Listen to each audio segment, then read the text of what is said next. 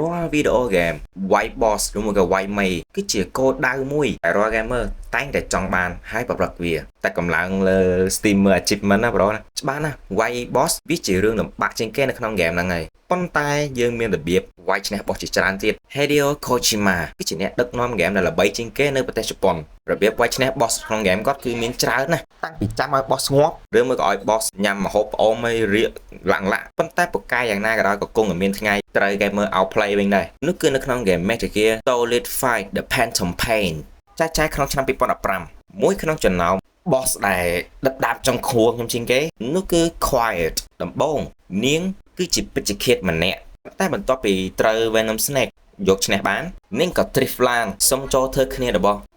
ពួកយើងដែរមើលសម្បកក្រៅនាងដូចជាទុនខ្សោយងាយបែកប៉ុន្តែយើងមិនគួរណាមើលងាយនាងទេ Quiet អាចបំងកាយនៅពេលនាងធ្វើចលនាបាញ់ snap ដូចប្រើ aimbot ចឹងបាញ់អាចចេះខុសបូកជាមួយនឹង AI ឆ្លាតវៃគួរសមតែធ្វើឲ្យ gamer យើងស៊ីអាចពេញមាត់គាត់តែខុសបន្តិចទេគឺបងយកឈ្នះបច្ចេកទេសនេះក្នុងលើកដំបូងគឺរឿងដែលมันអាចទៅរួចតែម្ដងប៉ុន្តែស្ដាប់ខ្លាំងកាប់សេរីចឹងមិនមែនបានន័យថានាងมันអាចត្រូវពួកយើងយ៉ាងបាននោះទេដំបូងគឺ style ត្រជាក់ភ្នែករបស់ចែមួយនេះខ្ញុំមិនយល់គឺ fan service ឬក៏យ៉ាងម៉េចប៉ុន្តែនាងដកដង្ហើមហើយនឹងស្រូបយកទឹកតាមស្បែកបើស្លៀកពាក់ចិត្តពេកនាងនឹងថប់ទៅហើមដើម្បីកុំឲ្យងាប់ Quiet អាសាទៅស្រស់ស្រូបបរិយាកាសទោះបីជាកំពុងតែវាយគ្នាមួយយើងក៏ដោយចង់ស្វែងរកនាងមែនយើងក៏ដើរអាណាថារងនៅម្ដុំទឹកជ្រោះនៅនឹងទៅយើង 100% នឹងឃើញហើយបន្ទាប់នោះគឺខាងសំឡេងមិនយល់មិននាងឈ្មោះថា Quiet បានន័យថាស្ងាត់មាត់តែនាងអាសាច្រៀង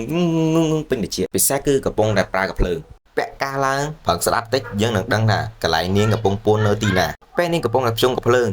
នាងនឹងមិនដឹងថាយើងនៅក្បែរនាងនោះទេគ្រាន់តែរកបាន2ចំណុចខ្សោយហ្នឹងគឺប្រហែលអាចរក Quiet យ៉ាងងាយស្រួលហើយឥឡូវយើងត្រូវធ្វើរឿងតែមួយគេនោះគឺឲ្យឃើញយើងតម្លាក់ air drop ឲ្យចំកណ្ដាលក្បាល Quiet ទៅចេះជំនះនៅស្ថិតនៅក្នុងកណ្ដាប់ដៃរបស់យើង